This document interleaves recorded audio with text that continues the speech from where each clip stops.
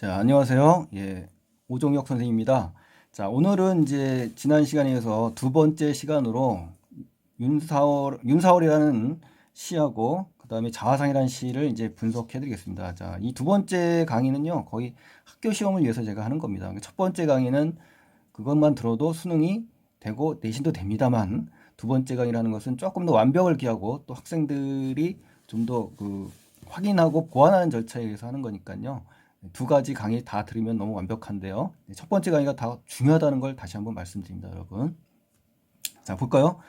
윤사월 박목월입니다. 이 박목월은 청록파 시인 있지 않습니까? 자연파 시인이라고 하는데, 자, 윤사월이라는 작품이 이제 나왔는데 어떤 작품인지 볼까요? 구성을 보시게 되면 일련의 핵심은 외딴봉우리의 풍경이 나와요. 그래서 봄이죠. 또 아름다운 풍경이 제시되어 있어요. 그리고 이연에 가면은 봄을 맞은 꾀꼬리가 막 울고 있어요. 그렇죠?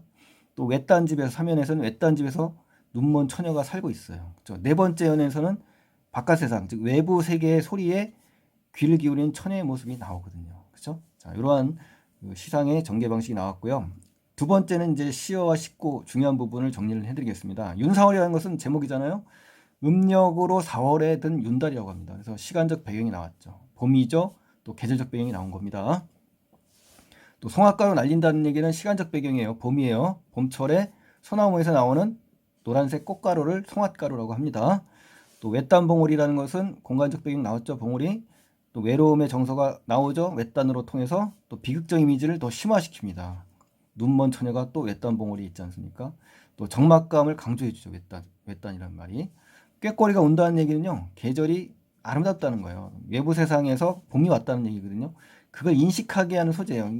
왜냐하면 이제 눈이 먼 처녀기 때문에, 그렇죠? 눈이 먼 처녀기 때문에 청각적인 심상을 통해서 봄을 인식하게 되잖아요. 그렇죠? 그래서 독자에게는 어때요? 슬픔의 이미지로 제시되죠. 그렇죠? 예.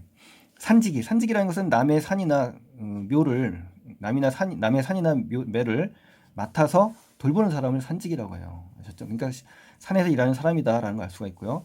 그 외딴집, 세상과 고립되고 단절되고 비극적 이미지를 심화시키는 그러한 공간이네요. 그렇죠? 눈먼 처녀는 뭐 어떻습니까? 그 눈먼 처녀의 어떤 처지와 상황을 제시하죠. 또 우리 연민을 끼게 되죠.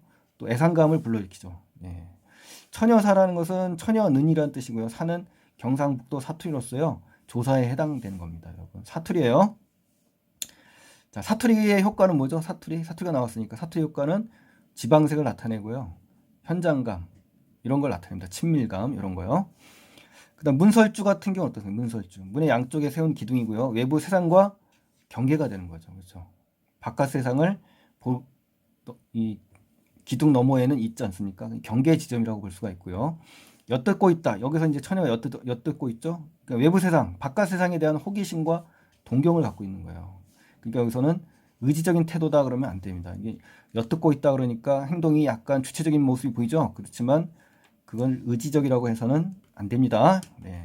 그리고 봄을 맞으려는 처녀의 욕망이 있고요. 또 봄을 만끽하려는 그 행동과 모습이 등장한 겁니다. 그리고 쓸쓸함과 애잔함을 우리 독자가 느낄 수가 있는 거고요. 아셨죠? 자, 그리고 화자는 직접 나오진 않습니다만 관찰자적인 입장이에요. 아셨죠? 예. 핵심 정리, 성격은 향토적이고 서경, 풍경 위주라는 얘기예요. 민요적이고 낭만적이고 회화, 마치 한 폭의 동양화를 연상하는 그러한 성격이다라는 거 아시고요. 주제는 외딴 산중에 사는 눈먼 처녀, 그 애틋한 동경, 봄에 대한 동경이 있죠. 외부 세계. 그리고 그리움이 되겠죠. 봄에 대한 외부 세계에 대한 그리움. 그렇죠? 자, 이러한 정서를 잘 읽기 바라시고요. 그다음에 이제 세 번째로 이제 표현상의 특징을 보시면 7호조가 뭐냐면 일곱자 다섯자라는 얘기예요. 이렇게 보시면은 일곱자 다섯자 이런 식으로 했죠. 7호조라고 하는 겁니다. 이게 뭐냐? 민요적인 율조예요. 우리 전통적인 율격과 리듬이거든요. 그래서 이게 이제 약간씩 변조가 되고 반복이 되면서 기본 틀은 3음보의 7호조예요. 이렇게 글자 수가 딱 일치하진 않지만 이걸 기본으로 해서 변조가 되면서 전통적인 리듬을 준다는 얘기입니다, 여러분. 1음보, 2음보, 3음보가 되고 글자 수는 7자, 5자라는 얘기입니다. 아셨죠? 자, 그리고요. 향토고적 색감이 굉장히 짙어요. 그리고 시어가 간결하고 또 절제돼 있다는 거. 감정이 절제돼 있고 압축적으로 제시돼 있다. 가장 중요한 특징입니다, 여러분. 그리고 이제 선경 후정인데요. 이제 착각하시면 안 됩니다. 학교 시험에서도 제가 틀린 학생들 여러 명 봤는데요. 이거 잘 보셔야 됩니다. 앞에는 경치, 뒤에는 정서란 얘기거든요. 근데 이 시는 그게 아닙니다. 선경 후정이 아니라 여기 나왔지만 원경에서 근경으로 가는 거예요. 그래서 원근법을 쓴 겁니다. 시선의 이동이에요, 여러분. 처음에 봉우리에서 산지기의 집으로 가서 문설주로 이동하지 않습니까?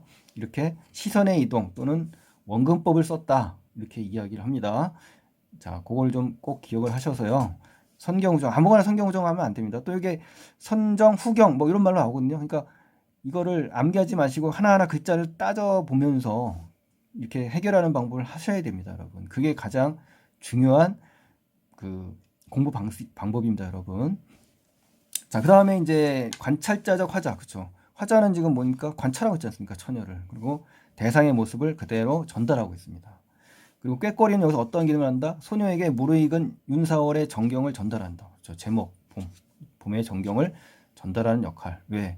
소녀는 눈이 멀었기 때문에 시각적으로 안 보이기 때문에 청각적인 심상이 더 뚜렷하겠죠. 또 자연 풍경 나왔죠? 눈먼 처녀의 애틋한 그리움. 이게 잘 조화되면서 그 애틋함이 더욱더 부각이 되고 있어요. 또 공간적 배경을 묘사합니다. 외딴 이런 말이 나올 때 고독의 이미지가 또 드러나고요. 객관적으로 풍경을 묘사합니다. 객관적이에요. 주관이 아닙니다, 여러분. 객관적으로 풍경을 묘사해서 감정을 최대한 배제하고, 그쵸? 객관적으로 해야 최대한 감정이 배제되는 거겠죠. 또 한 폭의 동양화를 보듯 간결하게 압축적인 서술 방식, 압축적인 묘사로 잘 표현을 하고 있다는 거. 또 감각적인 이미지, 감각적인 이미지는 뭡니까? 시각이나 청각 뭐 이런 거 얘기하는 겁니다. 동양적이고 전통적인 서정을 아주 잘 드러내주는 시다라는 것을 잘 파악을 해주시기 바랍니다, 여러분. 아셨죠? 자, 그 다음에 이제 우리 두 번째 윤동주 시인의 자화상이라는 작품입니다, 여러분. 자화상. 이 자화상은 여러분 교과서에서도 아마 많이 보셨을 거예요, 여러분. 자, 자화상이 중요하죠. 자화상. 자, 구성에 보시면 1년에 외딴 운문을 찾아가서 성찰은 뭐라고요? 반성과 관찰을 한다는 얘기예요. 자기 자신을. 그래서 제목과 연결 지을 수 있겠죠. 또 2년의 운물 속 평온한 풍경을 관조하게 됩니다. 관조라는 건 뭡니까? 조용히 관찰하고 조망하는 겁니다, 여러분. 3년은 뭐예요? 풍경 속에서 부끄러운 자신에 대해서 미워하는 겁니다. 자기 현실의 자아가 어때요?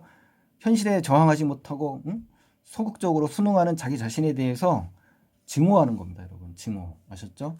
그리고 요 단어를 하나 좀 알려드릴 텐데 애증이라는 말을 씁니다. 애증이라는 건 뭡니까? 자기 자신을 사랑하고 증오도 한다는 거예요. 애증이라는 건 두 가지 상반된 감정이 얽혀 있는 거거든요. 여기 이 단어 속에는. 그래서 여기서는 애증의 반복이 지금 되고 있지 않습니까? 그렇죠?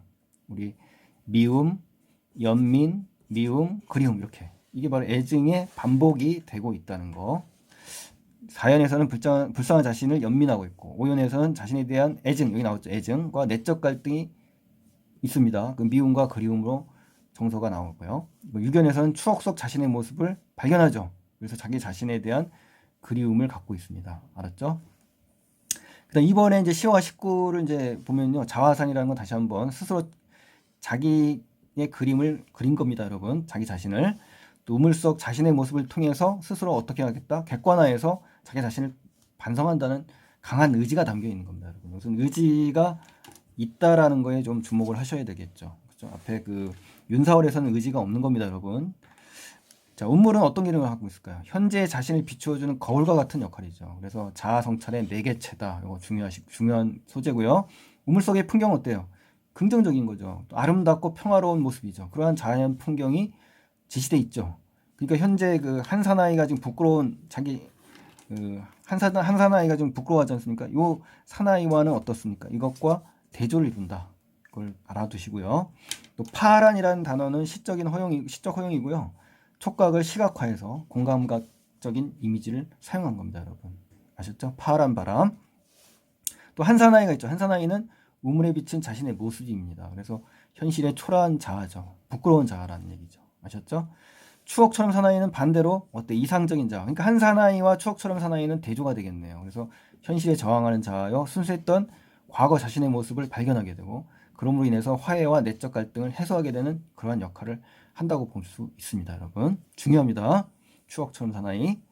자, 핵심 정리 3번에 가시면 첫 번째 이 시의 성격은 성찰적인 태도가 강하고요. 자기 고백적입니다. 화자의 정서와 태도를 정리하면은 첫 번째 화자의 정서 심리 변화 굉장히 중요합니다. 이거. 자, 미웠다가 연민, 미움, 그리움 이러한 내적 갈등을 겪으면서 애증이 반복된다. 이렇게 심리 변화를 좀 알아두시기 바라고요. 자아의 갈등도 역시 나왔었죠. 미워져 돌아가고 가엾어서 다시 미워져 돌아가고 그려진다. 이거. 자, 이거 굉장히 중요합니다. 근데 왜 미워할까요? 자기 자신. 바로 도덕적 양심을 기준으로 자신을 성찰한 결과 어떻게 됐어요? 일제치하에 살아가는 지식인으로서의 부끄러움을 갖고 있는 겁니다. 그죠? 진짜 지식인이 응? 현실에 저항하지 못하고 꼼짝없이 순응하는 자기 자신이 너무 부끄러웠던 거예요. 아셨죠? 왜 또 그리워졌냐 그러면 순수했던 과거, 추억 첨산이죠. 그 자아에 대해서 강한 그리움을 갖고 있는 거예요, 여러분. 지금 현재 그러지 못하니까. 아셨죠? 그래서 자신이 꿈꾸는 이상적인 자아에 대해서 목말라 하는 겁니다, 여러분. 그러니까 미움의 원인, 그리움의 원인, 화자의 정서, 심리 변화 요 부분을 좀 정확하게 알고 계셔야 시험에 대비하실 수 있을 겁니다, 여러분. 그 주제는 뭡니까? 주제는 자아 성찰과 자신에 대한 애증이다. 그러니까 성찰이라는 단어, 그다음에 애증이라는 단어를 좀 알아두시고요. 제재는 우물 속의 자아다. 그렇죠? 우물 속에 비친 자신의 모습을 보고 성찰도 하고 애증도 가진 거니까요. 자, 그럼 마지막에 이제 표현상의 특징이 뭐냐? 어조라는 건 시적 화자의 말투잖아요. 자신을 성찰하는 차분한 어조로 돼 있고요. 평서문이죠, 평서문. 의문문이 아니라 평서문을 사용해서 마치 산문적으로 진술을 하고 있고요. 구체적인 행동이 나오죠. 우리 운물가에 가고 막 그런 장면을 돌아오기도 하고 이런 행동을 통해서 화자의 심리 변화를 이렇게 형상화합니다. 아셨죠? 그리고 마지막으로 유견에서 이연이 반복되죠. 약간 변조가 됐지만 어떤 효과를 주냐면 구성상 안정감과 균형감을 줍니다. 그리고 또 강조의 효과가 있죠, 여러분. 그러니까 이러한 전체적인 표현상 특징도 정리를 좀 해주시고요. 뭐니 뭐니 해도 지난 첫 번째 시간에도 얘기했지만 여러분께서 직접 해석을 하고 하나하나 의미를 되새겨보는 연습, 그리고 거기서 중요한 소재의 기능 또는 정서의 파악 이런 것들이 훨씬 더 중요하다. 그래서 시험 문제에서는 그게 훨씬 더 먹힌다, 이걸 말씀드리겠고요. 또 학교 시험이라든가 변형 문제 많이 보이죠. 이 변형 문제도 역시 문제집을 많이 푸는 것보다는 본문에 충실하게 해 주시는 것이 훨씬 더 변형 문제에 강합니다, 여러분. 아셨죠? 그래서 여러분께서는 기본에 좀 충실한 공부를 해 두시라. 그리고 시험 기간엔 또 문제 또 풀 수 있잖아요, 많이. 그러니까 지금하고 1월, 2월 이렇게 3월 달은요. 기본에 더 충실하는 게 훨씬 더 수능과 내신을 위한 길이에요, 여러분. 그거 꼭 명심하시고요. 정말 그 현명한 수험생이 되시기 바랍니다, 여러분. 자, 오늘 고생 많이 하셨고요. 대입 합격하는 그날까지 여러분 같이 한번 달려보고 싶습니다, 여러분. 감사합니다, 여러분.